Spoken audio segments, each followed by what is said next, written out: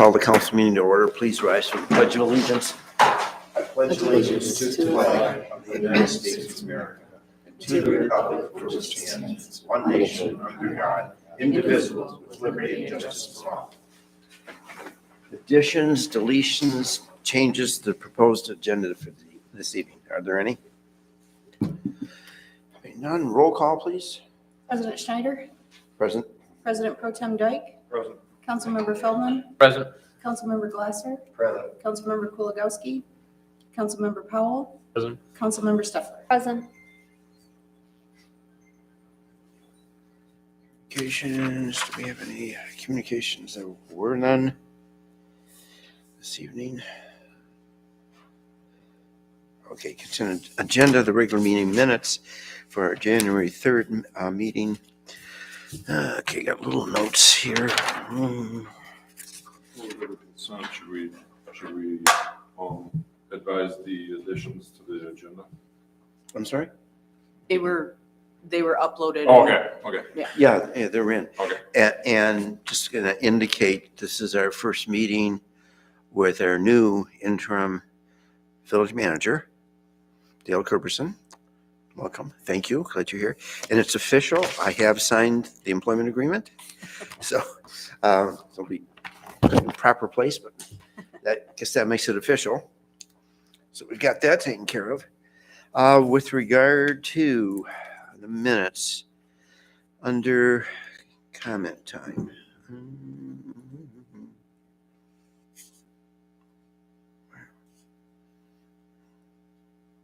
Oh, here we go.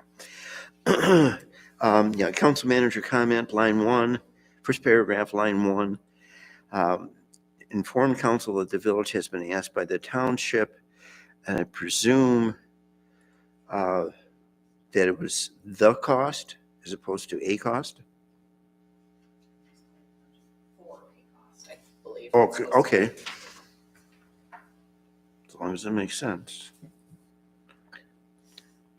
And then the third paragraph down, Councilman Feldman's comment time, a couple of things. Line 3 of his paragraph, he also wanted to thank, I think it just should be officers, Swatkowski and Szymanski, get rid of the. And the last sentence of his comment time, slight revision, unless Pete thinks otherwise. So he also explained it is the job and duty of council members to ask questions. Makes a little more sense that way. Look okay to you, Pete? Yep, that's fine. I didn't have anything else. Anybody else on the minutes?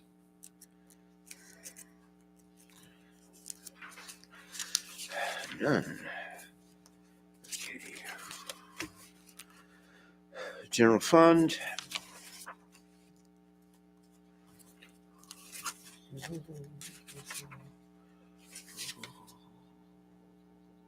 Parks and Recreation Fund. Oh, I'm sorry.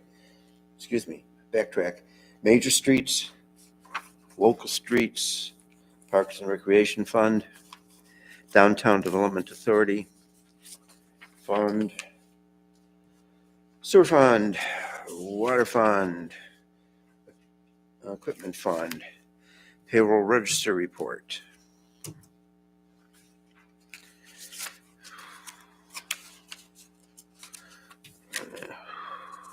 Water Report, DPW Monthly Report, Wastewater Treatment Plant Report, Police Report. Real quick on the police report. I'm just assuming, which could be a dangerous thing, that this is just the hours that they work in the village.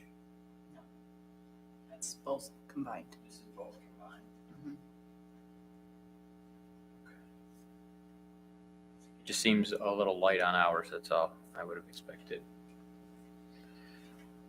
Roughly, I mean, if you do the math, 24/7, 365, it's roughly 26,000 hours a year. There's only 14,000 hours here on the page. So my original assumption was the other almost half of the hours were probably in the township, but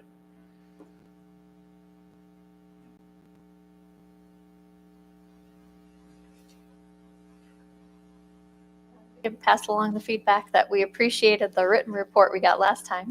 Yeah. And miss it this time.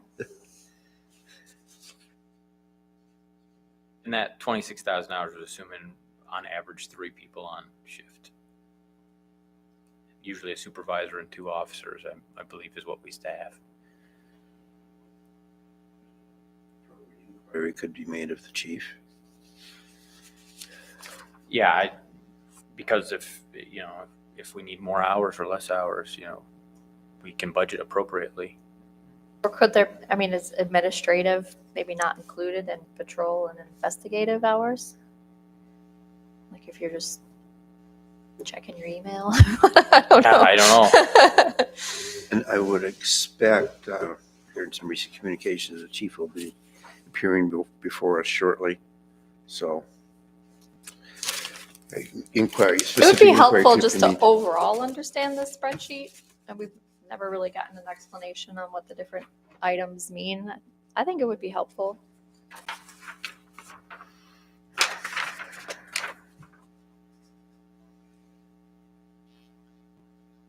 So, the specific categories, traffic arrests, patrol activity, incident reports, what other kind of detail would you be looking for?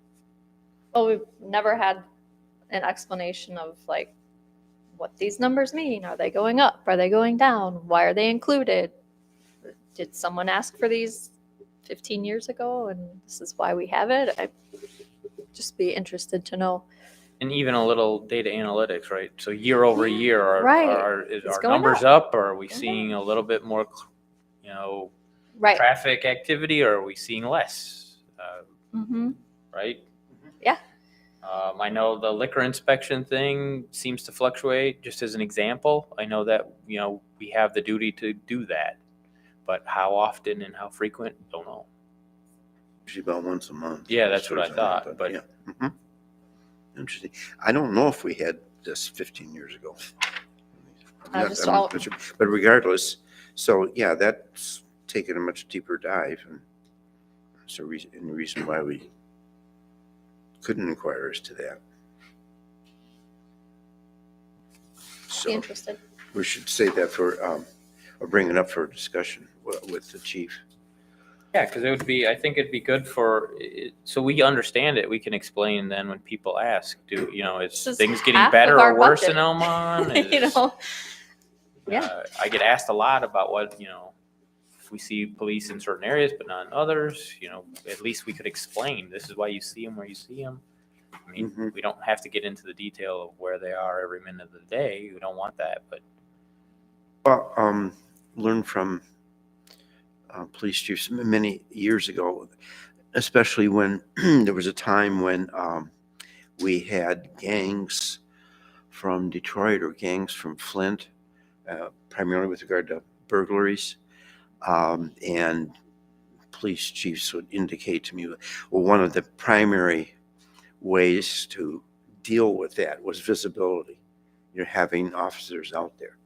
And of course, if you have one supervisor, only 2, it's like coming to the village and the township, how much visibility are you going to have? But that was always what was told to me, that was one of the ways to address issues like that. And the village did get cleaned up. We got rid of those gangs, but it was an issue.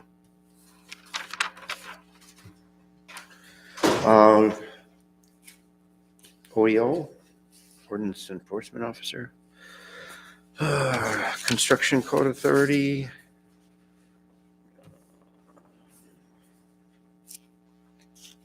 AKA Building Permit Report, Financial Position Report, and last but not least, Clerk Treasurer's Report.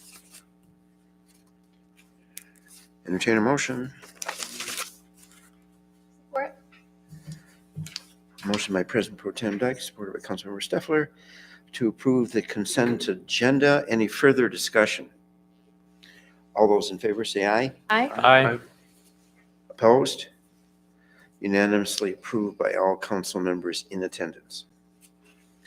Public comment time. Do any public comment time with regard to any item on a regular agenda?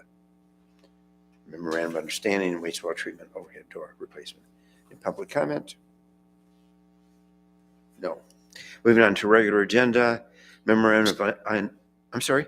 This young man. Oh, I'm sorry. Is it public comment just for the agenda, or is it just public comment? Only for the agenda at this point in time. Did you get a copy of our agenda for yourself? Yeah, why don't you get one if you want to follow what's going on? And you will note that there's public comment time as we about to enter into regular agenda items, which limits the discussion somewhat. And once we are done with our regular agenda, then it's public comment time as to non-agenda items. So feel free to speak if you so choose. Okay, so the memorandum of understanding. Kim, is this yours? You want to do the explaining? Yeah, that's fine. Both union contracts spell out specific health insurance plans. And if the village would ever switch, it has to be comparable. Blue Cross, Blue Shield constantly discontinues our plans, so we always have to adjust every plan year. So this time the deductible went up to I want to say 3,000 and 5,000, 3,000 for single and 5,000 for family. And to be comparable to when this originally was put into the contract, we would have to increase the employer contribution of the healthcare savings account from 500 to 1,000 for single and 1,000 to 2,000 for two-person or family. And included in your packet is the proposed memorandum of understanding that we plan on presenting to both unions. And in essence, this is compelled by reason of the collective bargaining agreement, right? Correct. That's what we're doing here is. So the increase, us, the employer, are increasing our contribution. How does that affect us budget-wise? It's not that significant as there's not that many on the plan, so. Does this change our, for the folks who have opted to opt out? It doesn't affect them at all.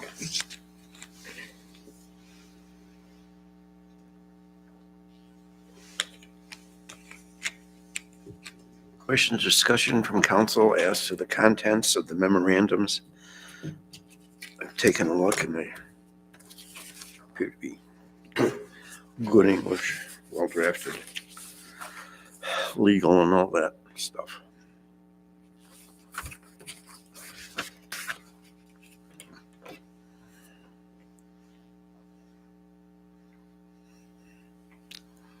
So when we open this up, or since this opens up due to our friends over at Blue Cross Blue Shield, does that mean we also have the opportunity to adjust our contract? Specifically health insurance only. Yeah, related to health insurance. Oh, So one of the contracts is very specific about how much the increase has to be before anything happens. The other one's a little bit more vague. Like one contract says, once you exceed this percentage, the contract opens. So you got a little bit of wiggle room. The other one says, if it changes substantially, well, what we think is substantially and what they think is substantially could be two different things. that is true. Sounds like a substantial change though. I don't disagree, but I guess what I'm asking is if you're opening the contract, Should we mirror the should we get to language? one that's, less vague in place? Or do we not have that option? But we have to follow the language of the CBA. but the next union negotiation, we can equal that out, What is that? 2025. 2025? Make either a reminder or put it in the file. I mean, which way would you like to go? I can always present that to the union, and do you want to keep the 10% or significant?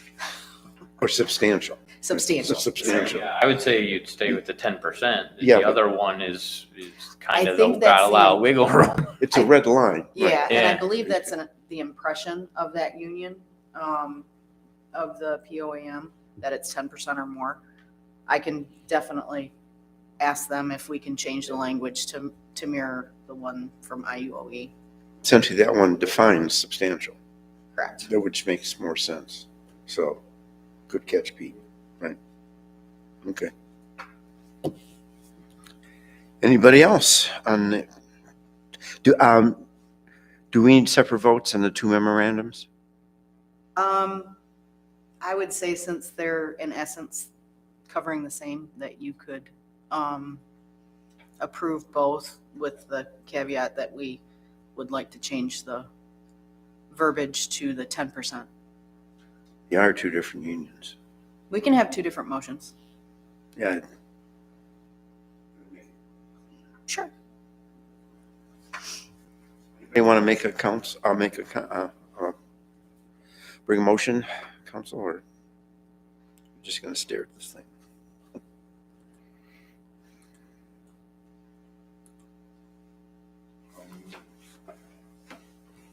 In the motion, which one is which one is which? So the IUOE is the one that we want to keep that specific language. So the top one is the one. we Yep, wanna the keep first specific. memorandum. Okay, I'll make the motion that we approve the understanding of Article 33, health insurance memorandum of understanding with the IUOE, as presented. Motion made by President Pro Tem Dyke, supported by Councilmember Glasser, to approve memorandum of understanding as to the IUOE, the health care aspects, health care insurance aspects of the collective bargaining agreement. Any further discussion? All those in favor say aye. Aye. Opposed, same sign.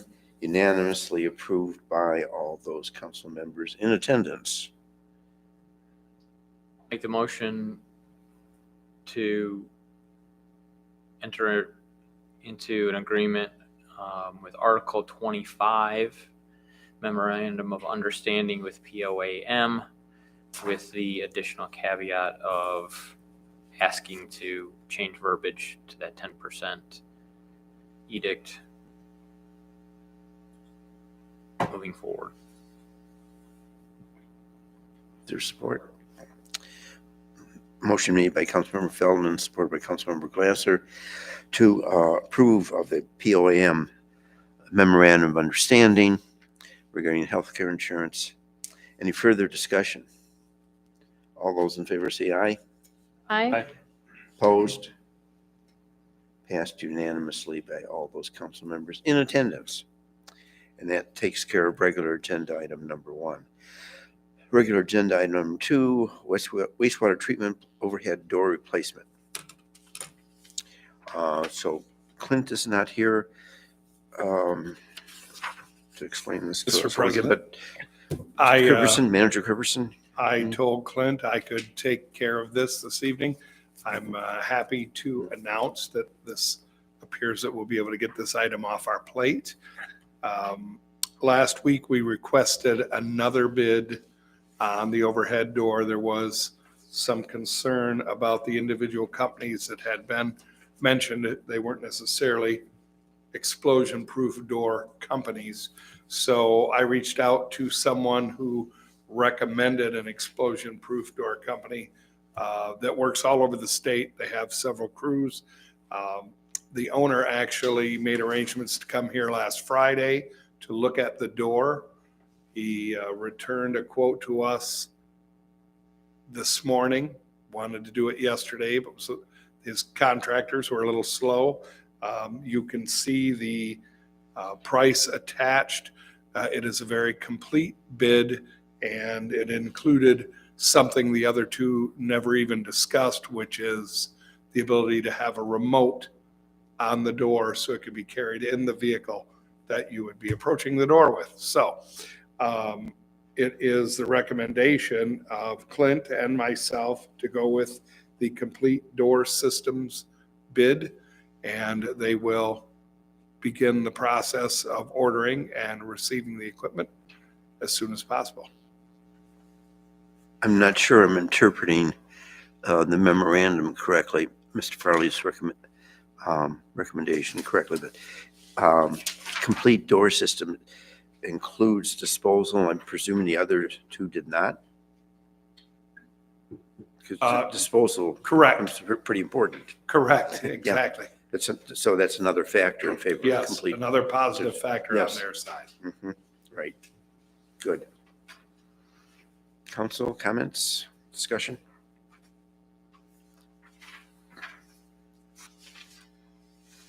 How many times does this come up? This is the third or fourth time?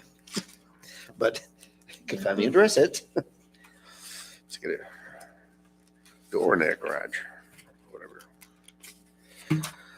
Okay. The quote quotes, and I assume this equipment's okay since they came out and looked at it. But in the terms and conditions on page 54 of the packet, it says the quote assumes that the existing door jamb structure is in good condition. Yes, And it sounded like the way Clint explained it originally, that there was some damage somewhere. So I'm wondering if everything that covers is in good enough shape that there won't be an additional expense.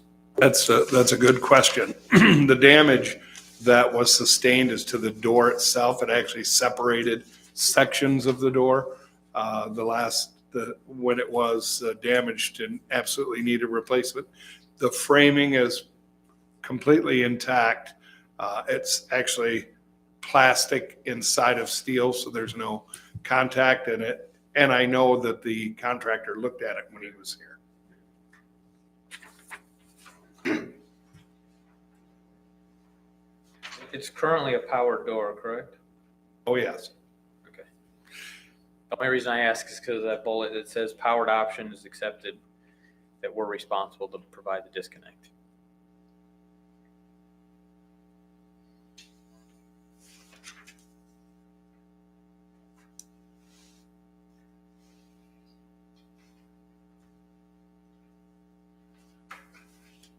I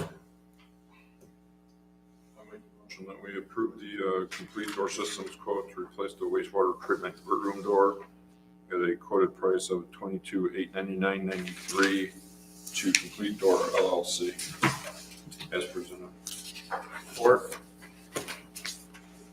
Motion made by President Pro Tem Dyke. There was UP, it's, supported by Councilmember Feldman for the wastewater treatment overhead door replacement.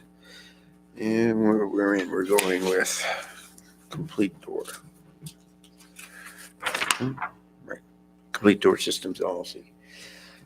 Any further discussion? All those in favor say aye. Aye. Objections, opposed, anybody opposed? Unanimously approved by all those council members in attendance. That finishes our regular agenda for this evening. This is unusual because we won't be here at 11 or 12 tonight. Surprised me.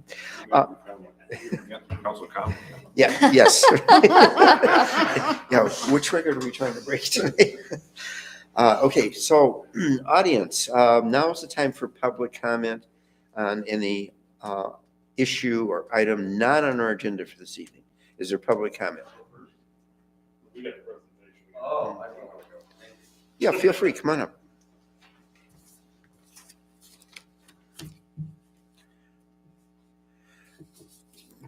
Council members, my name is Grant Grooms. I am a resident of the Drakeshire sub located off of Kidder, address 7820 Yorkshire Drive. And the reason why I'm here today is because I have a concern that's been growing in regards to public safety as it relates to the intersection at Huff Road and Van Dyke. As we all know, Elmont is a pass-through town for a lot of people commuting to and from work, as well as many semis and businesses alike, because M53 never really made it all the way to 69 as it probably was intended to. And as a result, there's significant traffic during peak hours in the AM, 7 to 9, and PM, maybe 3 to 6 PM, just a ballpark. And during this time, the intersection can be fairly chaotic. And that's to put it lightly.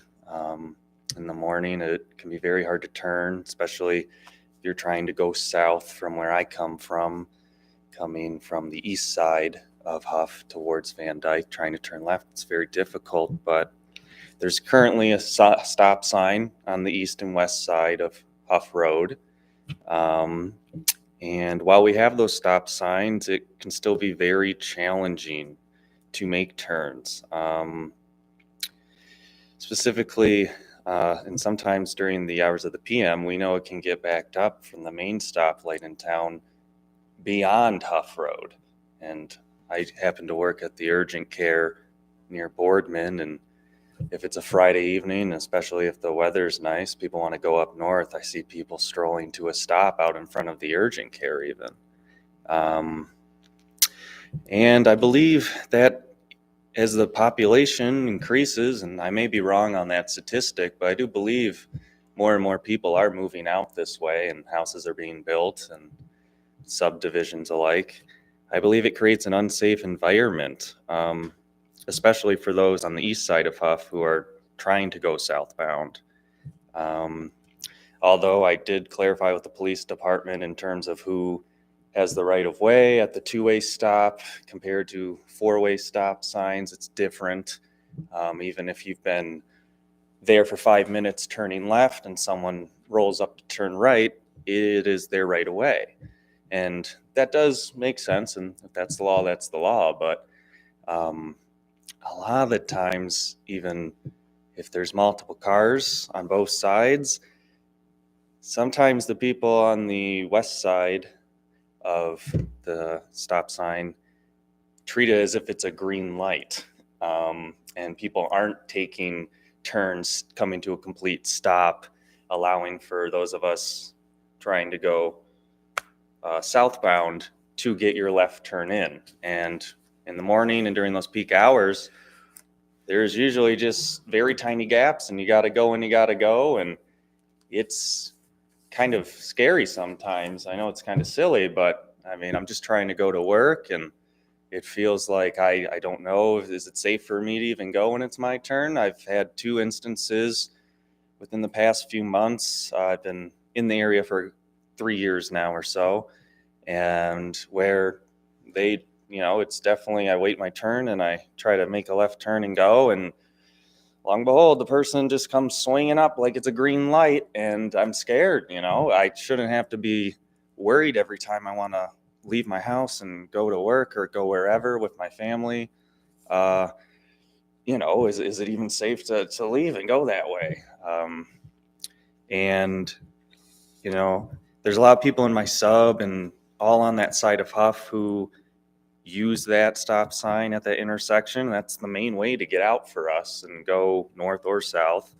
I think I have 3 direct neighbors to my direct vicinity who just welcomed new children into this world, and God willing, in a week I will do the same. Thank you. And with that coming up, I just felt like it was time to address this concern, because I don't want to have that fear of an accident happening or something, a loss of life occurring, because it is very busy and people don't like to always play nice on the road, as we all know. And that was my primary concern. And I really believe and hope that maybe there's a way we can make it safer somehow. I know that, maybe the best thing, of course, and I don't know any of it works. It's probably really hard to put a stoplight in, I'm sure. They did have to do that 34 in Van Dyke because they were having the same type of problem. And at the very least, maybe, I don't know if there can be a sign or something that, explains the rule or reminds people that, you got to stop and make it safer for everyone else. But that was my main concern that I wanted to bring before you today.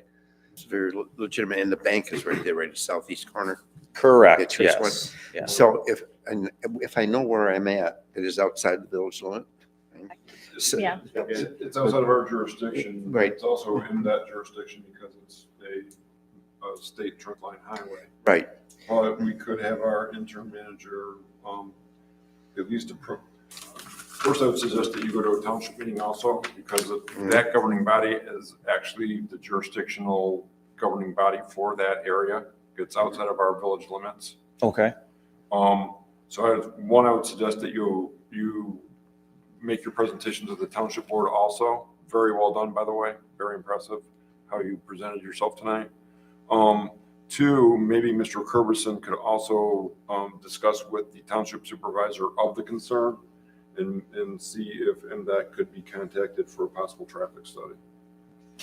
I do apologize if this was It's out okay. of place. It's I did my perfect. best looking up the map just to make sure. I didn't know if that, I saw the road was on there. I didn't know if this was the place to be It's or still nice not. for us to hear the presentation and know that. But it impacts our residents. And it impacts our residents, so absolutely. you're valid for being. So Yeah. township meeting is, where would The that third take Monday- place? the third Here. Monday- It's still Yeah. here. Yeah. Okay. Third It's right here. Third Monday of each month in this room. Okay. And I believe it's also 7:30. unfortunately, the only solution that I'm aware of would be a traffic light.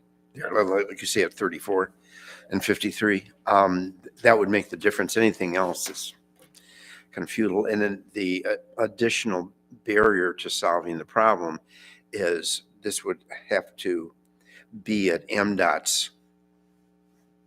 The MDOT would have to approve of it, and they are not very helpful. They literally talk in terms of the number of deaths at a particular site. So for example, our little strip mall where Rite Aid is and all that, Right. there should be a traffic light there because it's tough there and never could get it. Emily City has been fighting for years to have one put in right where the Kroger. Kroger is on Van Dyke, because there's multiple access there every year, so. And yeah, and I mean, it sounds so harsh, but they literally talk in terms of the number of deaths occurring at a particular location. But they shut down There our has- pedestrian light at the bank. There has been a fatality at that intersection rather recently, though. I would encourage you to do what I do, is come through town and turn left at the light. It's an extra 5 minutes, Yeah. but it's worth peace of mind. I used to do that every single morning, and once I started going to the light, I'll never go back. You are taking your life in your hands when you're turning left on Van Dyke. So please do so. The timing is a lot better in the past couple of years. It used to be a race to try and turn left. Now the light stays green longer, so it's a little bit easier. But I live in one of the adjoining subdivisions over there, and it takes a couple extra minutes, but it's worth your life. I mean, your description of the problem there is accurate. It's tough. Oh, Yeah. yeah, I've been there, And done you that. can, so another maybe step further, depending on how driven you want to be, is to go to the county. So they actually do traffic studies across the whole county, and they have a heat map of where are the highest incidents of vehicle crashes at what intersections throughout the county. It's actually in our software that they use. Huff Road and Van Dyke is up there. It's dangerous. It's a good suggestion.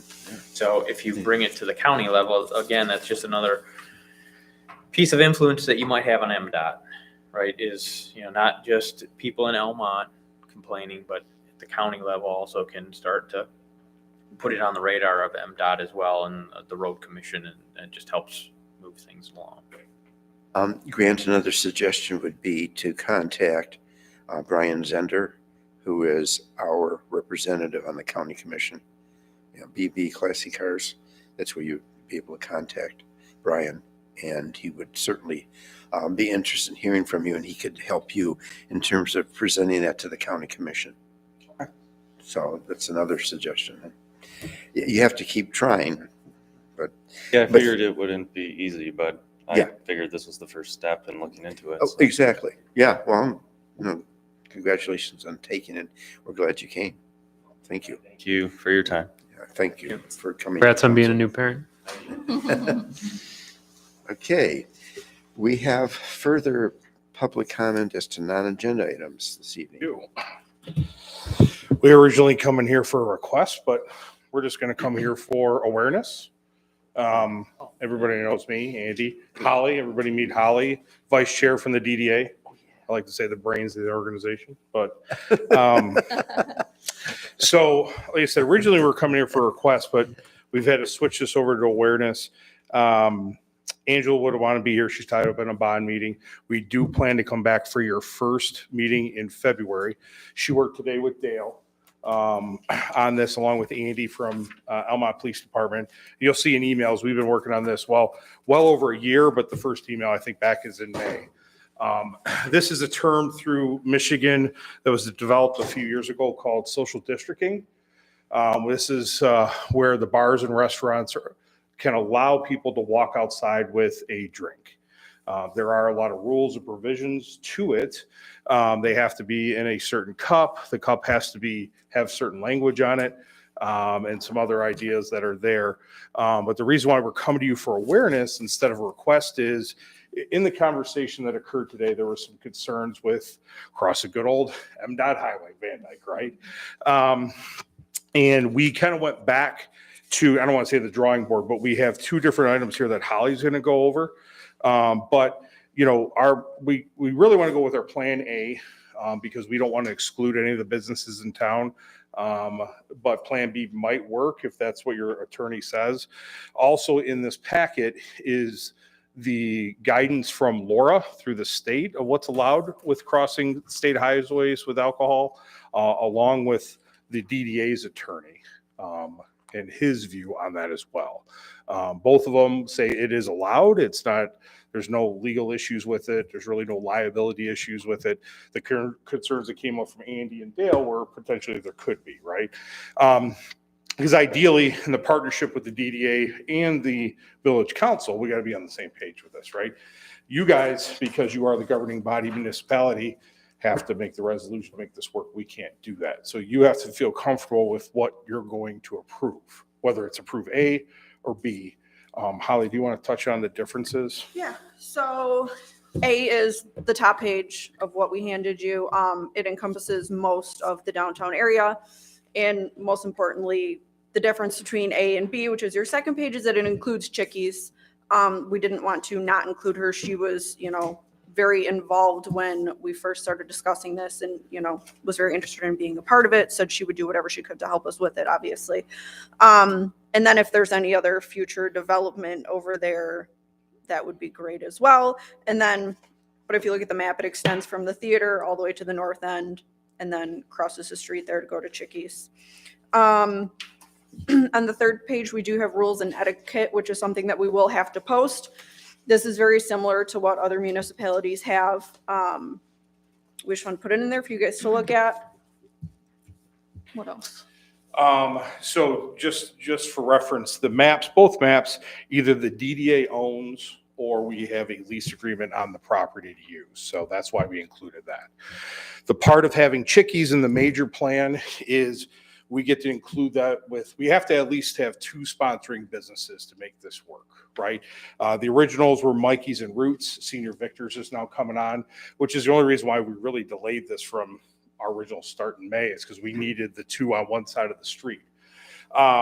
If we did Chickies later on and not include them in the original, there would have to be two liquor licenses across the street to do a second plan.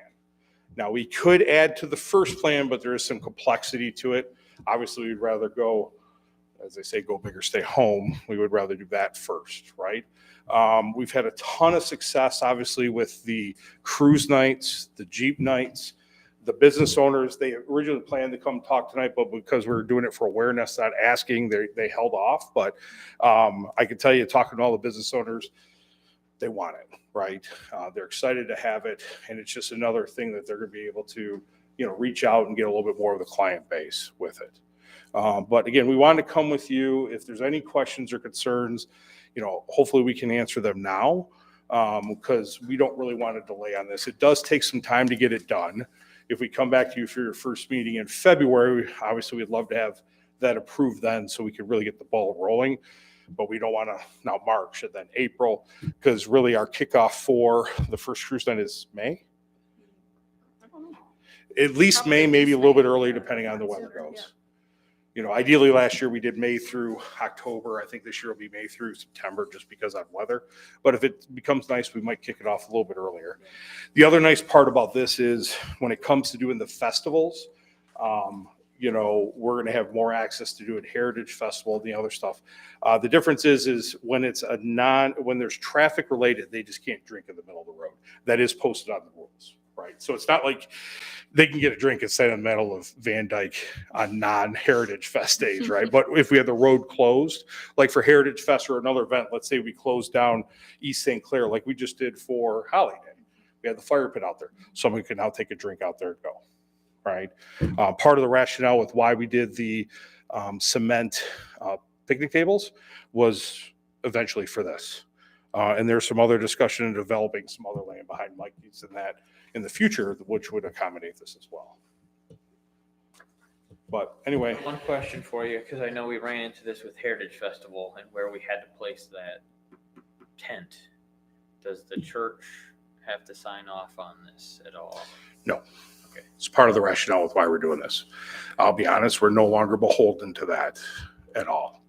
Because I know that was the, yes, we can do it. And then at the last minute, no, So we had, and just to go with that, that was a problem, right? For Heritage Festival, with all the planning we did, the last day for us to submit everything, unfortunately, the church did a 180 and pulled their approval of us having the tent on East St. Clair because it was less than 500 feet away. That caused us to move it to 506 feet away, and then the added expense of $1,000 for a generator rental. That's $1,000 we could have pumped back into the community. We didn't have to. This will no longer make us have to do that because it's on DDA-owned property or leased property, or even the street. If we shut the street down, we don't have to ask anymore. Yes. Mr. President and Council, I wanted to let you know that one of the facts I pointed out today to the DDA director was that when the businesses sign up for their annual liquor license, they have to apply to be in a social district. I believe those happen they're issued in April, so they apply in advance of that.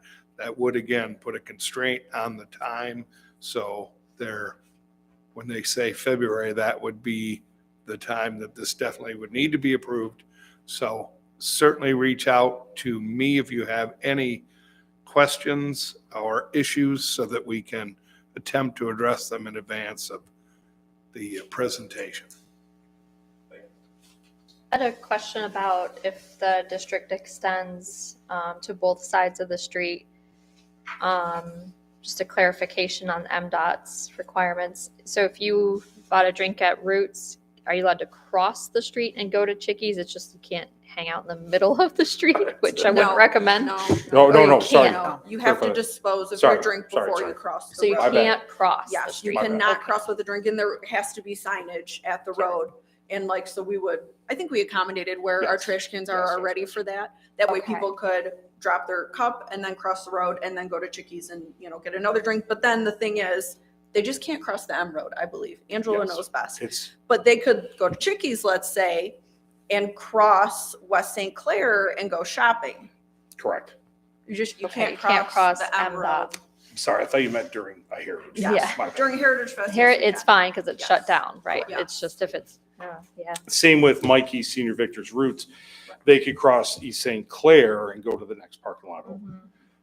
Ideally, what the goal is to have the car shows and the Jeep nights in this other parking lot, and then utilize the church parking lot we lease for that parking for customers, right?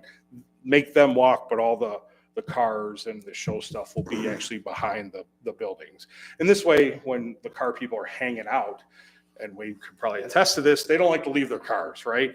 And what we found last year is the whole deal with doing the Jeep Cruise Night is so they could walk over and get food. We brought in food trucks because at the time frame, businesses weren't sure how good this was going to go. And then they saw the success. So we want to make sure that it's all there. But we don't want somebody to have a drink and go, oh, I got to get something from my car, figure out where to stick it if they're parked over here in the other lot. We just don't want to make it too much of an issue. Thanks for clarifying that. I know. Told you the brains. DDA's been pursuing this for quite some time. Correct. So Let's just go to, forward. just to clarify, what you guys were just talking about was the line that says that they can be consumed downtown must be, or, hang on, but cannot be consumed on a road open to vehicle or traffic. Correct. So you can walk them down the sidewalk, but you can't cross the road. That is correct. They can't cross an MDOT road, but you can cross our village street. Yeah. I've got two questions. Because alcohol is involved in all of this, do we, and it's allowable for people to be strolling with open alcohol anywhere from 11 a.m. to 10 p.m. most days, do we anticipate any increased police activity because of that? I don't believe so. So Angela reached out with her DDA consortium and asked those questions. And really, there hasn't been too many issues with this. Included here are all the municipalities that already have this, and it really has been a non-issue. So we don't really anticipate it. Yeah, they'll probably have to be around a little bit just to kind of police it, but I don't think anything more than normal. And my second question is also related to the alcohol, because the district, and I don't know how much foot traffic you'll get, but the districts extend to residential areas on Bristol and on Stone. So are we concerned about people wandering around town in a residential area with open alcohol? That's a residential concern. Our boundaries don't expand on the other side of Bristol. So they're only staying on these sides of the streets. So it's not expanding into the residential area, unless you're talking about the apartments above Mikey's and Roots and everything. But if you take a look at Bristol, we're staying to the north side of Bristol Street. Everything is going within just more the commercial. But on Bristol Street, you're going from the theater down. And even though that's one side of the street, there are houses that are influenced on the other side of the street. So Yeah. It would only be so it all goes by either what the village owns or the DDA owns for parking lots or those kind of throughways. So it would not include those.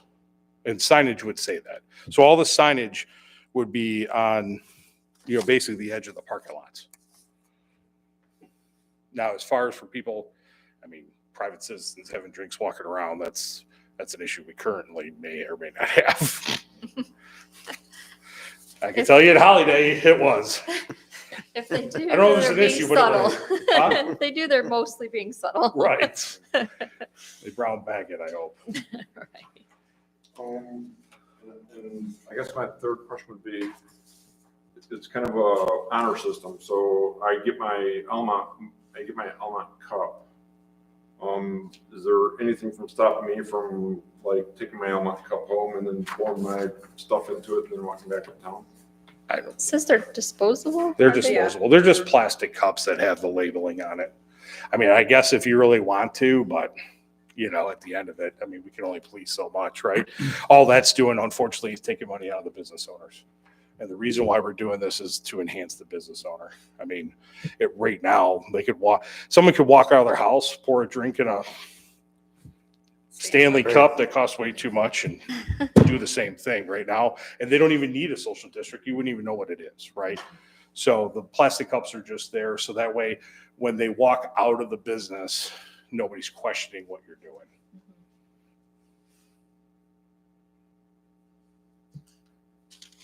It's legal. It is, yes. This is put through the state. Like I said, you'll see the emails from Laura, our attorney through the DDA. You can check the statute on it. This is all done through the state of Michigan. This was developed in the beginning of COVID to, get people outdoors, but that's what it was originally developed for. But it's been a huge success since. I think Lapeer can attest to the amount of success that's come from that. I know a lot of communities up north where I visit love it. So, you know, but for you guys, the biggest thing is what we're asking you is either we really want to go with A. If not, we have to go with B, and then later on revisit what we can do to make A. But you guys need to talk to your village attorney and make sure what you guys feel is going to work for the good right now. Do you know what you need from us? What, it'd be a Resolution. resolution or a Yeah. motion, resolution probably? We had a resolution drafted, but after the conversation today, with just the concerns on crossing MDOT, we thought it would just come back for awareness. That way you guys aren't blindsided when we ask for requests and want more questions. You've got now a half a month to ask us, ask your attorney, ask whomever, so that way we can come back prepared. Appreciate that. Yeah. You guys know, and I don't know if this is DDA or DPW, how often are the garbage cans within this district changed, like the garbage cans downtown? DPW empties the trash cans, Okay. I want to say on a weekly basis. I'm not 100% Okay. positive though. Minimum weekly, it depends on Weekly, need. But usually in the winter, the trash slows down, so it Right. might be every other. I guess my only concern is if we're getting a buildup of a lot of glasses being disposed of, that it be done on a more recent basis. Yeah, we could do that. I mean, we'll end up paying the bill for it. DPW bills us for. Yeah, and we just paid for all new trash cans downtown in getting ready for this. So they're newer, they're nicer, they're not filling up with water. We have a couple extras now. But if we got to work through having them do it earlier or more often, we're fine with that. If they got to do Mr. it on Kermit's Friday name's morning coming. and Monday morning. And Dale, if we have any questions, I guess, between now and within the next week or so, because we're just getting this tonight, just if I peruse it and have a question, can I just forward them to you to get clarification? Absolutely. And I want to make a comment about one of the things we brought up in the meeting today was trash cans and the fact that there probably are few at the back side of the property where people will come in and out. There'll be extra food because of it, containers and so on. And we talked about the urgency to empty more often and the need for some additional cans. And one of the things that will have to be called out in the plan is who's responsible for those maintenance items. Okay. But yes, Okay. that absolutely get a hold of me and I can pass them on. Okay. One thing we could do, the DDA has, I don't know, I think about 45 or 50 red trash cans right now labeled. Until we start buying the more expensive cans, we could utilize that just as a test to figure out how many do you think we need or often before. Because those trash cans were almost $1,000 a piece, $800 a piece. They're not cheap. So if we need more trash cans, we had planned to get more. It just depends on how many. And one other question. So are the cups all going to be the same? Yes. So that'll be just Yeah, they're just for, more for of like your- awareness. So like if someone sees it, everybody knows they all look the same. Correct. They all look the same. That way it's easier on the police to understand who has it. Yeah. As we have the signs up there, there's not citizens going, they're walking around with alcohol. Well, Yeah. They can. So that's just what it's for. And if they walk into another business, you now legally can, before you can't take alcohol in another business, but if they went to one to another, it helps with that process too. All right. Good question. Anything else? This doesn't impact Sal at all, right? No, because He his, has a liquor license, but he doesn't sell open. correct. That is on there because we have a agreement with him where we are maintaining part of that lot, I believe. Yeah. So, but yeah, no, it doesn't. It's got to be, unless he's got a to-go license, we'd have to check on that. But I believe it's only if you're restaurant base. I think he has an SDM license, Yes, but not Class C. You Yeah. can't I believe that's what it is. We could clarify that, but I think drink it's on got to be. premises. Yeah. Right. And Dale is correct. Liquor establishments have to renew once a year. I just remember Sal in the past had talked about trying to open a bourbon tasting room there. It was like a future plan, and I don't know if that ever came to fruition. Obviously it didn't, but if he gets the right licenses, Yeah. that's something he could be included on later. We'd have to go through what the process is to add. I don't know how extensive, but that's why we don't really want to limit chickies in this. She's already limited enough, meaning that you can't cross the street. I'm not, but at least that way it can occur there. And ideally for the businesses that don't serve, if, Randazzles want to have a sale and people want to stroll around and go in there, they definitely could, so. I guess on that line, have you talked to the other local businesses? I might have missed it if you mentioned it on their perspectives of this, especially the ones that don't serve alcohol. Just a handful of them, but they all seem very supportive. I think any way to draw more people to the downtown is be spending money. I think they're all supportive of it. Okay. But we've only talked to, I believe Angel's talked to Randazzos. You're located right there. We're not open the weekend. Right. If they would like to bring the cocktail to their closing, I'm more than open to that. Right. No problem. But I know she's reached out to a few other one, and I don't want to misquote, but I think Rustic Bluebird was definitely on board with it. But we could find out for sure, but I know she did. And I can tell you with the plans for the that whole theater deal that's coming into town, this will be beneficial for that too. So Increasing the activity downtown. So, father-in-law moved here in mid-60s, something like that, and explained how, like, on a Friday evening and Saturdays, the downtown was so packed you could barely move. I mean, there were literally hundreds of people downtown. All the farmers were coming to town, etc. And so there were a lot of very successful businesses, pharmacies, shoe stores, clothing stores, etc. Because there was so much activity. It was very beneficial, and it obviously has dropped way off. Bedroom community, there's been a lot of changes.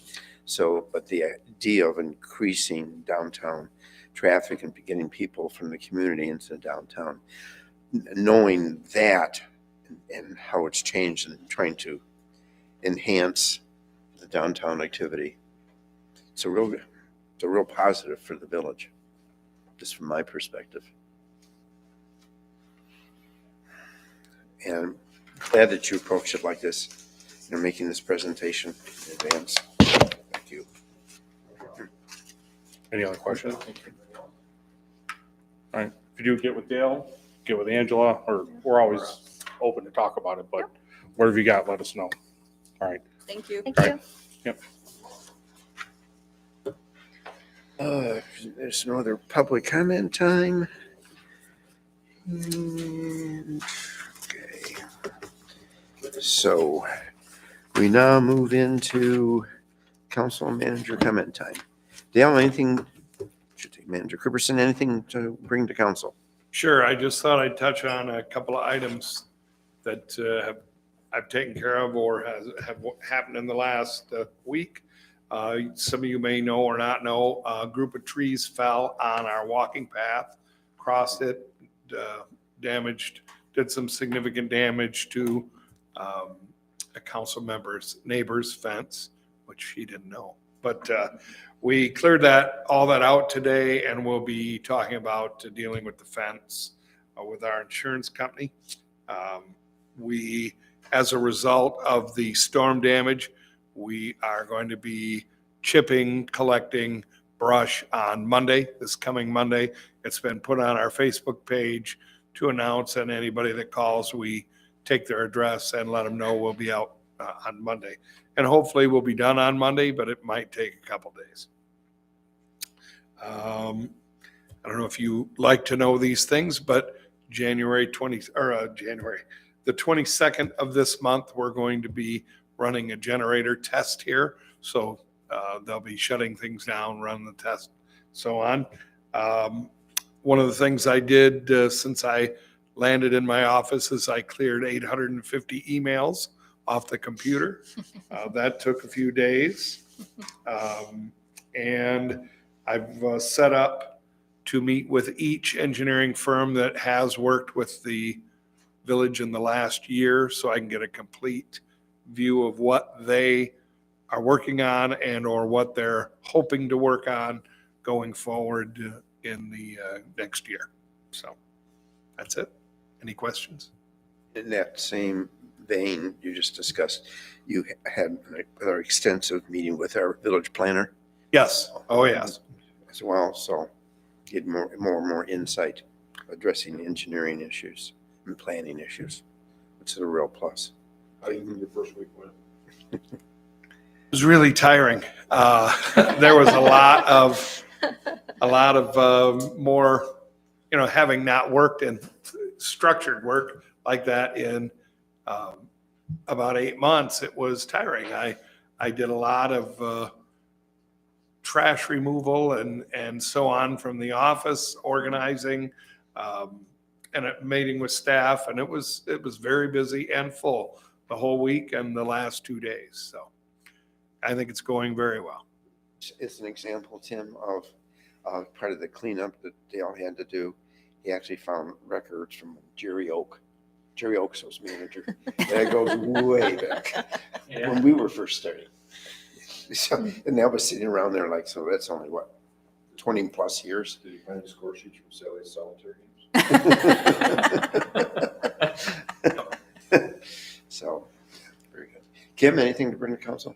I don't know if council is aware, but we have the open house for the master plan scheduled for Tuesday, January 30th, here in this room from 5 to 8. So it is what it is. It's an open house, so you can come and go as you please. They're going to have boards where you actually do surveys with a QR code. So I invite everybody to come out and have their input.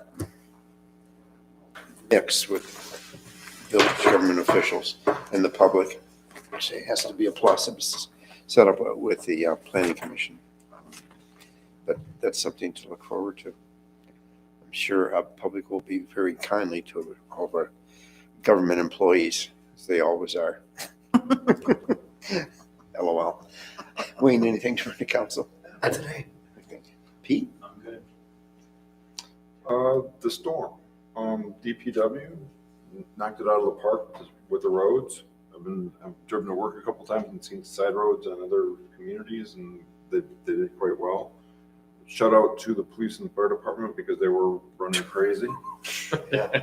And I don't know if the new substation has anything to do with it, but when I was out shoveling Friday night, 2 transformers blew in town, or there was orange glows and our power went out for about 2 minutes and then came back, but we didn't lose full power. I've never seen that happen before. So I don't know if that's the redundancy of the new, I don't know if that was just where it happened at, or if it's the redundancy of the new station. I noticed that too. I thought maybe it was a generator for our complex, and certainly probably the power station. But the scanner Friday night, Saturday with all the wires down and accidents, the Lapeer County emergency systems, Elmont, Emily City, Dryden, all over Lapeer, just shout out to them because they were taking care of their people pretty well. Thank you, Kim, for finding the ordinance reference to pet waste. That was some deep digging, I imagine. I think it might be helpful if we do one of our Facebook posts just as a reminder to citizens that they are required to pick up pet waste per our ordinance. That's it for me. I just want to clarify something from last meeting about when Kim was sending out the onboarding packet. I just wanted to clarify, she actually did send it to at least me. I can't confirm if Ed got it or not, but it was in my personal email and not the village email. So Kim was right. And Dale, I hope you had a good first week. Thank you. We're glad to have you here. She did her job. Just brief comment.